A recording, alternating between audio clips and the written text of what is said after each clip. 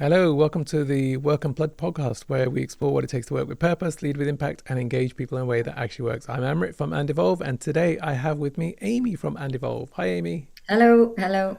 Hello. So today, together, we're going to discuss engagement surveys. Now, for many of you who know us as a company, you know this is where we came from. We're employee engagement specialists moving into the place of culture transformation. And we want to share with you some of our experiences, which will be your experiences, and how we can move away to create more, more stable measures. How do we make sure we're really hitting the mark when it comes to engagement? So, um, Amy, it'd be good to know your background in case anybody who doesn't know you as part of the team. You've been here for a long time now. You're part of the furniture. Four Um, years, yeah. so it'll be good to understand your potted history of your experience of employee engagement. Okay, yes. So I have always been interested in the path of the people. So I was HR, I was training and development, and then I moved into employee engagement, where I worked for one of the big six energy suppliers, and for 2 years was the employee engagement manager, working across the supply and metering business. So varied sites, varied work environments, so field, call center, office, and lots of different departments going around trying to G them up ready for their engagement surveys, and then collecting all the data, getting all the structure right, and then dishing out the results and going around and helping with action planning. So I could see right across the board the varying experiences that people had, dependent on how these things are managed. So quite diverse. And then, of course, coming to work for you, like you said, we are engagement specialists. We like to think of ourselves as the culture people, really. Culture is so important to us, and the environment that people work in. We want to create these happier workplaces, and still we're using these engagement scores to try and help us with that. And I think one of the things that we have come to understand is that potentially there's more we can do to understand the people than just run a survey once a year. While they can be valuable, obviously there's lots to talk about today, so it is exciting. And you're probably going to have people saying, once a year, we do it more frequently. We're going to talk about all of this because, you've mentioned words there that could be quite triggering. They're triggering to me, right? Action planning. So Yeah. this cycle that we go through still, I think, across organizations where firstly we do the engagement survey, right? And our path has been fairly similar over the very different Hmm. environments, very similar paths. And I remember when I was when I was in charge of engagement surveys, I was sitting there thinking, why are these the best questions that we think we could ask? If we get Hmm. one shot to find out the experience of employees, who says these are the best questions? And I went off and inquired, and it was all to do with benchmarking. And you must have Yes. experienced this too. Yeah, I mean, the one thing that drives people wanting to get their people to fill out the survey is, how am I going to compare to either other organizations or my peers? Where am I going to be in that league table that shows that I am doing a good job by my people? And then this survey is the one measure we seem to have for that, which I'm sure we'll get into why that might not be the best. Well, it seems ludicrous that the focus tends to go straight to how am I going to compare, as opposed to Hmm. what are people experiencing. And I think this is where often the challenge is if the questions haven't been derived from people telling you this is what's wrong across the organization, and what gets measured gets done. We know that. Hmm. Hmm. So that's probably the first challenge of engagement surveys: is are we asking the right questions? And I often used to get frustrated when, again, going back to my pharmacy days, and you'll have heard this many times now, so I'll forgive you for rolling your eyes, but it's like you wouldn't give the next patient the same medication as the first patient. Like, everything has to be tailored. What is it that people are experiencing, rather than taking a benchmarking survey that applies to a sector or an industry and Hmm. somehow saying that's going to help us understand how we can improve? It makes no sense. So Hmm. we go through this exercise typically of, and then response rates. I mean, I'm sure you must have experienced this too, where there was this pressure to say, right, your team haven't completed the survey, or we only got 58% response rates. And there was this huge activity that went into then boosting the response rates. And how people did that was at times Yeah. questionable. You must have experienced it. Yes, I absolutely did question that. It's that balance between getting the language right and the passion and the want and the helping people believe that we actually really do want to hear from them. You know, through chasing a number, where then you're thinking, I'm going to give these managers some data, and are they going to go and beat people over the heads with it, or are they going to go and say, right, guys, you know, have you had the right time and the space to do this? Do we need to give you some more thinking time for it, rather than right, who hasn't done it? And of course, that all leads into, well, is this even safe? Is this safe for me to answer? I think that's one of the biggest things, is that if we're going to ask, you know, potentially not necessarily the right questions, but questions that we can benchmark against, and then we're going to say only 60% of my people have done it. Who hasn't done it, and why not? Do it now, please. Then the quality of the answers aren't going to help us understand truly how engaged people are. They're going to help us understand how people are feeling at any given moment, when they're potentially being beaten over the head for not having done it already. So yeah, response rates and the language around it and the communications up front are really important as to the quality and the richness of the data we get out the back of it. And then put into the mix, I tell you what, let's just link the bonus to it. And then suddenly the language and the communication changes completely. Yeah, this is now a KPI that you need to hit, and we're gonna yeah we're gonna And if reward you for it. and if you don't score well, it's going to hit my bonus, my pocket. So I Mm, want to make sure everybody's responded and you're responding in a certain way. I remember one organization where, I'm not going to name names at all here, it will be dangerous, but they used to bring out the biscuits on an annual basis. You never saw the mhm. biscuits until it was engagement survey time, and suddenly everybody was being nice. And you think, Yeah. oh, yeah, And the yeah. thing is that people, we're just, you know, people are not stupid. Like we know that it's something that comes around every year. You know, some people are going to think it's a tick box exercise, because a lot of the time it is. And I definitely, working across so many departments and so many different leaders, you know, it was evident the people that really care and were really going to engage with their people up front, and say whatever the response rates are, whatever the engagement score is, you know, we are here, we already know these things need to be worked on, we're going to be doing this stuff regardless, and actually we've continued to do that throughout the year anyway. They are there. Then we get the people that are so nice to me, want to buy me coffees and make sure that you know I'm helping them work the score basically. You know, and you have to become quite resilient to kind of say, oh no, you know, that's not how we do things. You'll get it at the same time as everybody else. Yeah, it's tricky. I remember, Amy, when I first set the company up. This is going back a few years. We've been going, what, 11 years? When Many I many moons ago. many moons ago.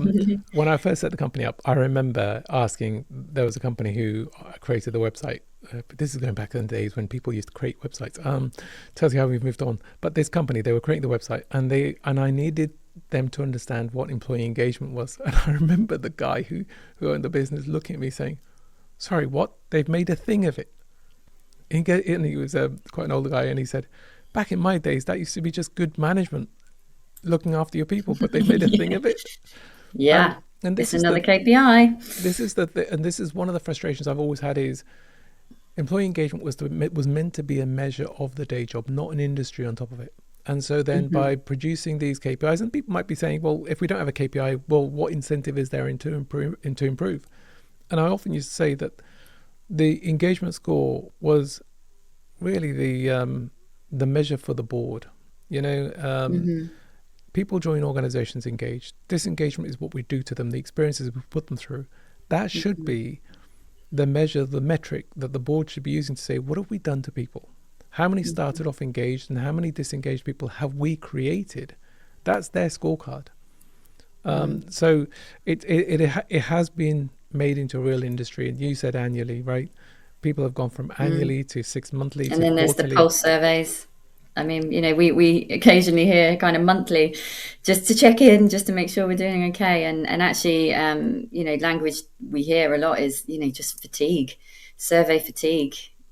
You know, the more we ask, the less meaningful it can become, dependent on the work that's going on around the outside of the questions that we're asking.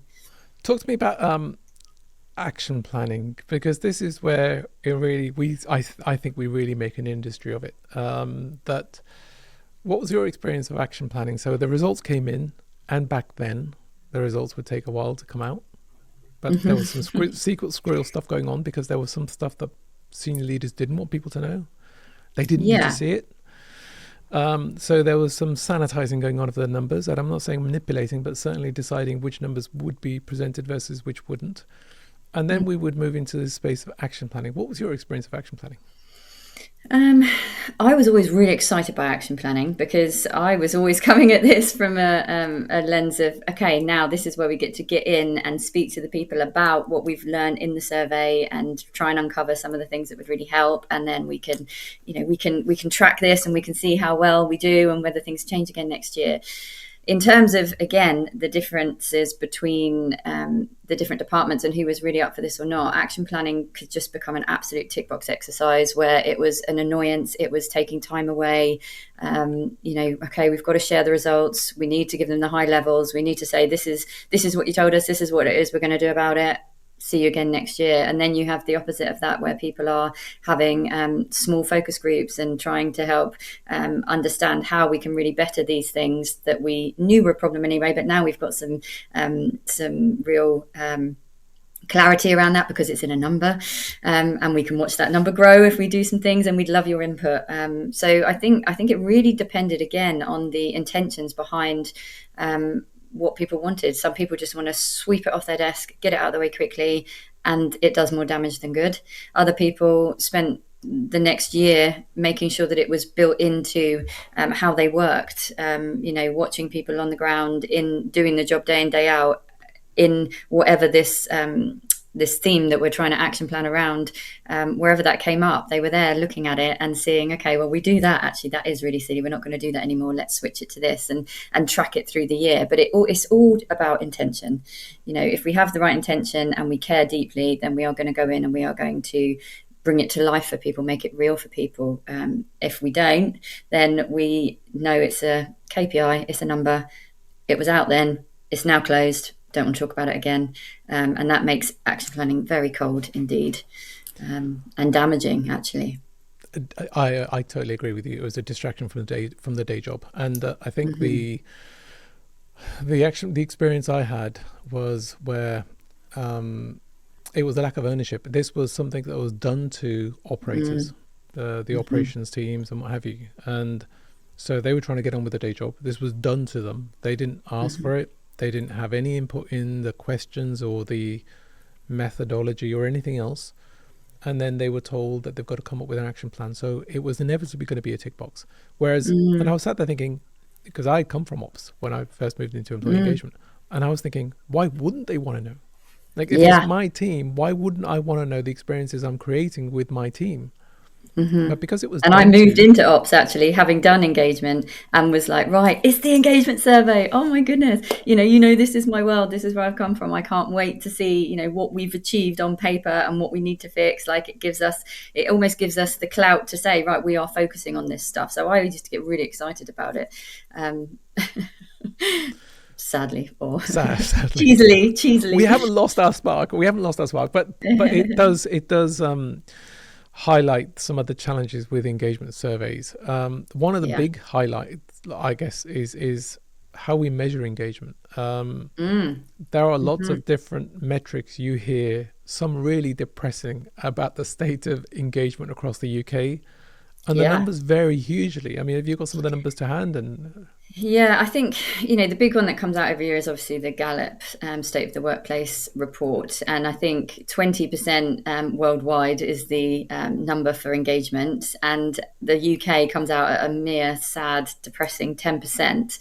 Europe is 12%. And of course, that is based on the Gallup 12 questions. So, we did that actually within the engagement service that I was working with.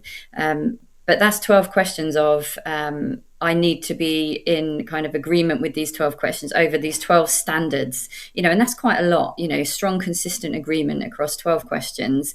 And that gives us that engagement score. But then when we work with companies now, and actually a lot of the companies that I read about as well, they have their engagement index score, which is really based on 3 or 4 questions about the outputs. Like, am I going to recommend, do I actually want to stay here for the foreseeable future? It's those things. Am I an advocate? for the company, am I emotionally invested? So there'll be 3 or 4 questions that try and get to the heart of those answers, and then that is an average of those questions in terms of their engagement score, which can put it really high. So we do have different measures. That's another issue here, really, is that if we're benchmarking, people go against these standard set questions. And then if we're really thinking about what it is we want to do, then we have this engagement score because we have other questions around it. So yeah, I mean, there's inconsistency in how we measure even, and how we even, what is engagement, you know? And I actually almost engagement, we talk about this all the time. Is it the right measure? You know, I might have had a terrible night. My son was just saying to me the other night, Manchester United, sorry, anyone that likes Manchester United, lost to a team that were like the real underdogs. And he was miserable. He literally was like, I'm still reeling about yesterday. Like, I can't believe it. You know, if we give him a survey, he's going to be like, no, no, no, no, no. It changes all the time. it does, it changes, and I think this has been one of the frustrations now for organizations out there who are sat there thinking, hang on, you just saying throw it out the window. Not at all. What we're saying is engagement. You need to decide what is engagement for you. What is it that you want people to maintain? And by maintain, what I mean is people join organizations engaged. This engagement is what we do to them through the experiences we put them through. What is it you're trying to maintain or enhance across your organization? Make that your engagement survey. The problem is the distraction of benchmarking. So we end up getting distracted with other people's version of engagement for what they want it to be. And I think this is one of the challenges of employee engagement surveys, is that we have been so fixated with other people's definitions versus for our culture and for our objectives, for our strategic ambitions, what does engagement need to be for us to fuel all of that stuff? And therefore, how do we want to measure it? And that doesn't take into account anything you've just said there about the external factors. Because No, and I think if people are set on benchmarking and say they're using Gallup as one of the surveys to benchmark against, and we're saying, you know, do you have the right tools and equipment to do your job? You know, do you have a friend at work? Am I clear about what's expected of me? Like these questions that we ask year in, year out to benchmark. I mean, those, if we're going on that is getting worse. So it's not working, you know, and then coupled with, like, ACAS put out a report about, we did some work around human values, didn't we? And we were looking at the mediation world, and 44% of working adults in the UK have experienced conflict. Like, if our engagement is getting worse and we're experiencing conflict, you know, then we've got the trust barometer as well that says, you know, we don't want to trust people that don't have the same values as us, but we're still asking the same questions to benchmark. Something is amiss here. You know, there's more that we can be doing to really truly understand what people think and feel at work, how they're doing, and how we can make it better for them moving forward. Because at the moment, I think we ask a lot of stuff that's the same every year, and the trend is coming down. It's not getting better. and There's something amiss. And I think that asking a lot of stuff is what managers and leaders end up with when they get the results. So there's this paralysis of, sorry, what am I meant to do with all of this information? Some of it based on benchmarking, some of it based on questions the organization deemed that they thought they were important to ask, but my teams may not be. And so in all of this noise, we're asking leaders and managers to pull out the signals from the noise, which is almost an impossible task because we're overwhelmed them with so much data. And it was hard enough doing it annually, but now we've gone to pulse surveys and monthly and always on. Like, talk about an impossible or mission impossible. They're never going to achieve anything of value. No, and as an employee, you know, and obviously I'm sure you have as well, been on both sides of it. You know, I if you're going to ask me, and actually it's funny because friends have said, oh, guess what? I thought of you. I just got my engagement survey through from work, you know, and it's like, well, what are you going to do with it? What do you think? And they're like, well, they don't care. I don't care. I'm just going to, you know, in the middle, get it done. Neither agree nor disagree, you know, and then we give out the results and say, make some magic happen from this. Like, you know, and that's when you say done too. You know, I think that people 9 times out of 10 probably feel that way. You know, and do I even trust? Is there any point? Is it anonymous? I mean, we have come up against lots of questions around who can see the data, and that's you know, people come to a third party to try and to try and get away from that so that people do trust. But we've even done like engagement sessions ourselves to say, this is who we are the people managing this, you know. And then once, do I trust, am I going to answer honestly?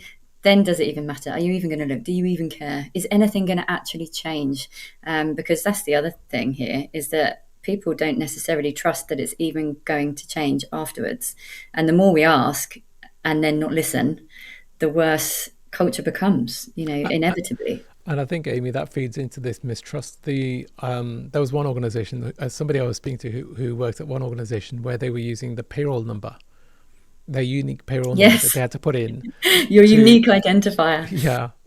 So, I mean, talk about missing the mark of just read the room. Like they were so detached from the fact that the mistrust was so great that they thought that using your unique payroll number would help.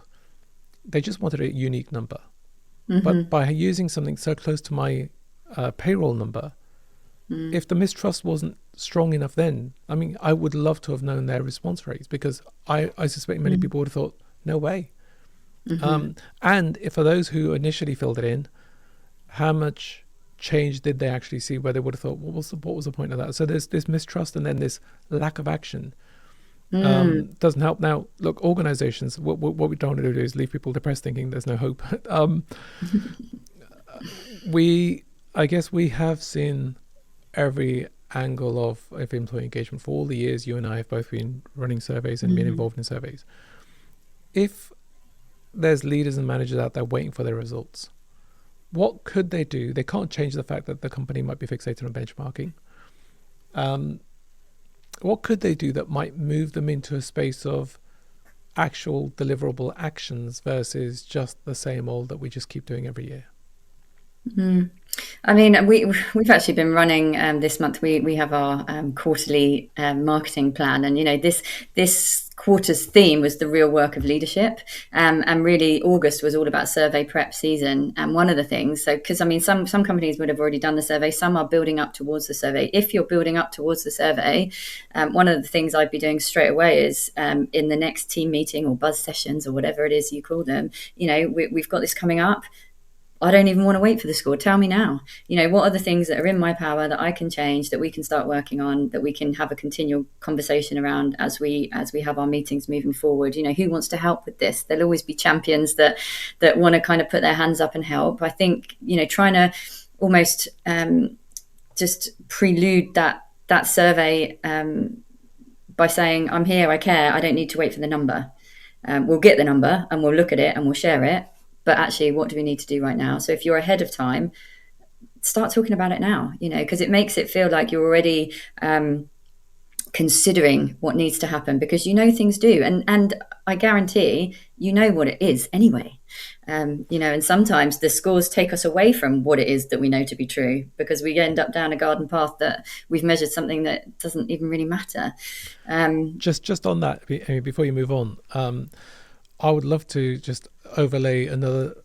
I don't think people talk about it enough, and I think there is a paralysis that I can't influence the questions. Right, I get that. What we can do is say to our teams, there's going to be 2 free text comments at the end. That's where Yes. I would love for you to provide details that I can actually do something with. There are questions that the company is going to ask that from an organizational perspective, they're right. But from a local perspective, for things that I can change, I would love for you to add in details there when you complete the survey that I can actually do something with. Give me something to work on so I can make a measurable difference for you guys.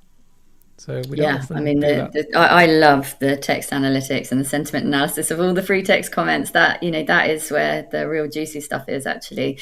You know, just to caveat that, I think sometimes depending on the setup and the hierarchy and how it works, it might not be that the manager gets that level of detail. And if they know that that's going to be the case, then it is really considering that whatever you put in that in those boxes, you know, it's going to be seen at this level. So it's like can adding a bit of context for that, so that people put words that really matter depending on the level that's going to see them, is important. And then of course saying, but you know, tell me, put it in this box, it can be anonymous and I'll do something with it for our group level.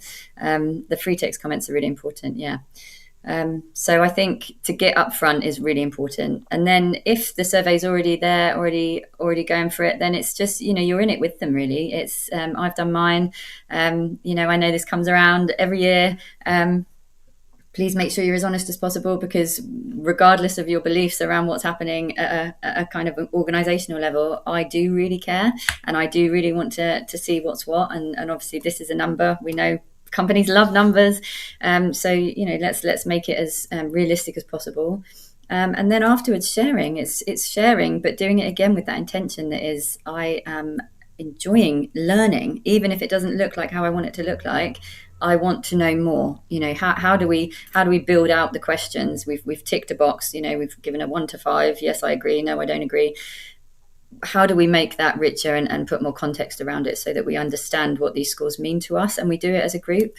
And then it's the check-ins as the year goes on. Yeah, just on that, I have come across, and I'm sure you will have come across this. This cannot be unique to me. I've come across situations where, when the results were shared back, teams couldn't or didn't recognize the results. It's like, really? That's what we said? And I think therein lies the variability that you spoke about earlier about engagement and how we answer questions, and in the moment, the mindset we were in.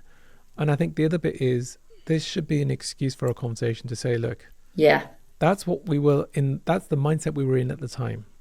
We can either get fixated with that past or start to focus on what is it that we could change that would make working here even better. What are the experiences? So we could use this as an excuse to have a deep, meaningful conversation to say, how do we make things even better than they currently are? I think that's the lens for the whole survey thing, really. I understand, like, we've both been there leading it at the higher levels, making sure that we do get the numbers in. I was heavily targeted on how many departments responded and what this is, and making sure that the engagement score built every year. I understand that. But I don't want to ever come away from the fact that if we're asking our people what matters to them, then that is what it is we're after. So it's always about conversation. It's always an invitation to use this as a tool to get deeper in those conversations. And I think the world has changed somewhat as well. We understand more about what it is to be human now. And also engagement. There's sort of so many different words, isn't there, that come up, and like, what am I like? So I feel safe. Do I feel safe in this relationship, or like psychological safety? It becomes a bit of a buzzword that was really, really fashionable. Engagement's one of those, and actually maybe it is time to move on slightly from this and just talk about what it is to be human and what it is we need at work. Are our needs being met, and do we understand each other well? That is far deeper, I think, than any transient measure on an idle Thursday that's supposed to be sunny, but now it's raining, and my team lost last night, and now they're asking me to answer a survey. We know more now about what it is to be human, I think, and the depths that is human. Yeah, this beautifully leads us on to the path that I ended up going down when. This is going back a few years now, but I was sat there thinking, there's got to be more than engagement. This cannot be the only metric. And at the time when we employed Durham University to carry out a literature review, and we came across this science of human values, what it is to be human, what are the personal values people are bringing to work, because we know they're more stable. They help us understand when people are faced with dilemmas or decisions. Do I turn left? Do I turn right? It's the values that are going to help us understand them better. And you said earlier, it's an invitation. I think people see HR as this sort of meddling body that gets in the way. Actually, what HR are doing are giving invitations to annual reviews, an invitation to sit and talk to your teams, an invitation to find out what their experience is like. These are invitations. And so one of the things I don't think we spend far enough time on is understanding our people from a human perspective, the human values. I mean, Professor Schwartz's work that we've both been absorbed in human values, it's been fascinating to understand that across the globe, across cultures, religions, background, creeds, colors, that we all, as human beings, we share from a common set of human values. And they're not going to vary by the weather or the sort of run-in I might have had before coming to work. They are stable constructs. And it's trying to find other ways in which we can understand the human beings who make up our workplaces. Yeah. I mean, we will obviously run, a lot of leadership development courses and things like that. And actually, the sessions that land the best, or that people get most excited about, is when they can understand themselves better and when they can understand the people around them better. We obviously have really honed in on human values because they are so unwavering. They are literally how we make the choices that we make, whether we're aware of it or not. So to understand that of ourselves and then of each other, and then to be able to see that at a wider organizational level, do we actually align with the teams and the organizations that we're working in? That is some deep shiz right there. That is good stuff that helps people understand this world that we're in, rather than just this score on a page that's that gives us a good tick. It's so much deeper. We also do the Berkman, where people can understand their personality traits, and actually values is obviously even deeper than that still. But it's when people can understand each other, and therefore they understand each other so much better that they can start to see the differences in the people around them, and it's okay for people to be different, because actually I understand myself, therefore I can be more have more of an allowance for other people to be who they are as well. That is something that helps people in their lives, not just at work. And I think we have our little ethos of creating these high performing cultures where people care deeply and therefore perform brilliantly. If I know who I am and I know who the people around me are, and I have trust and I feel like I belong in this setting, because they understand me and I understand them, that is when we start to create that happier world, because people are happier and performing better. It all links in, as far as I'm concerned. So I'm happy at the little pivot that we've done to something a bit deeper. Yeah, I think I just come across so many people. In fact, there was this one person who was very, very senior in one of the very, very large global consultancies, and he was leaving his job. So I used the opportunity and I said, one honest question, and I need an honest response. In the 15, 20 years you've worked there, have you got evidence that said you improved engagement that led to better results? And he thought about it for a while and he said, probably one. This is the challenge we face. We are, and rarely do people ask about the ROI on engagement. We're just blindly doing this. And I think deep down we all know this isn't working. No. And we need to strip it right back down to say, right, there isn't a standard definition of engagement. Create it. What do we want engagement to be? How do we want it to work?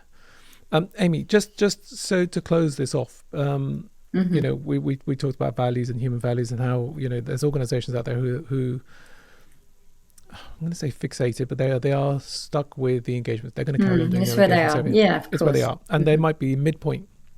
If you could give 3 tips to anybody out there, either in the middle of or about to start or are waiting for their results, what 3 tips do you think might help them now based on the experiences we have? Gosh, 3 tips. Well, the first one definitely is get up front and talk to people first. We've got to create the environment. So I guess that is another tip. Like wherever you are now, make sure that people have the time and the space, and that they believe that you as their leader really do care and care about giving them the space and the time to consider it. Whether you're being forced, pushed, you're under the cosh for it or not, make sure that the people answering your survey really feel like you are giving them that space and that time.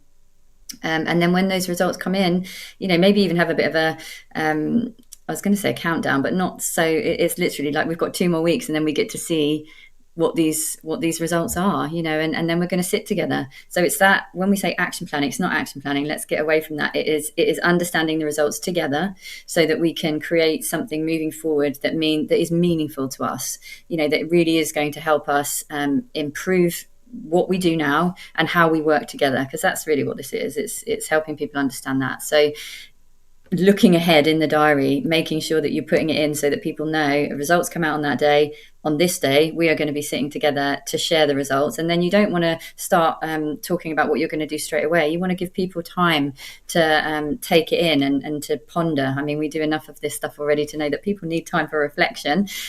So we give them that, and then we come back and we say, right, we've taken the data in. We've understood what was said. How do we feel about it now? What do we want to do about it moving forward? And I think really that's all you can do. You just got to show your intention of really deeply caring about it, and using it as something that is going to give you that conversational opportunity with your teams. That's what it is. I think my three are probably very similar. So the first one is define what you're trying to create. We talk about it for culture. Define engagement for you. Identify what is it you want it to be, and then focus on that, right? Even if you're a manager who can't change much, define it in terms of even the free text comments. And then secondly is use this as an invitation. This is an invitation not to follow a process or make it into a procedure or another tick box. This is a measure of the day job. Make it real, and make it real ownership to say, what do we want it to be and how are we going to make a difference? And then finally, it's probably just do one thing. Change the biggest, the 80-20 rule, the one thing that people think, you listened, you heard me. And this mattered because people matter. That's great advice. And Amy, we've got the Values Alignment Index. So if anybody is interested in the work on values, this has become our passion. Human beings are always our passion. And Amrit is an idealist, just in case anyone is interested. It's so funny. I'm a harmonizer. I have had so many people saying, "Of course you are." Like when they saw my values, and it's like, you needed a report to tell you that. I did. It's fascinating. So I think the research into human values across the world, and it's interesting that we meet people who are of different walks of life, different upbringings, different education, different environments they grew up in, and yet twins. The world needs it. I think the world needs to know that we are more aligned than we are led to believe. It's tough out there, and I think something on paper that just says, "Oh wow, okay, look at us. We are actually looking at the world through the same lens." That is powerful. Going back to your point, Amy, even when we're not aligned, just the knowing that we're not and knowing why we're not, and understanding it in itself can help so much in terms of, rather than us looking over our shoulder, the uncertainty of why are they the way they are, and leading to overthinking on conflict, and going back to the point you mentioned about ACAS and all the work that's going on in terms of people conflict at work. So look, I hope that's been helpful to everyone listening to watching in terms of engagement. It's not that we're against it. What we're saying is we just got to refine it to make it better. This cannot be an industry on top of the day job. We've got to make this work for us, for our team. We don't do tick boxes. Don't let it be a tick box. Don't let it be a tick box. That's what probably the closing comment. Don't let it be a tick box. How dare you let it be a tick box? No tick boxes here. Good, because people really do matter. And this is, again, an invitation to say, this is how much you matter to us. So thank you, Amy. Okay, everyone. So this is our Work Unplugged podcast, where we explore what it takes to work with purpose, lead with impact, and engage people in a way that actually works. Join us again next time for more topics to do with culture, employee engagement, leadership development, human values, values alignment, and anything else in between. From Amy and myself, we will see you soon. Take care. Bye-bye.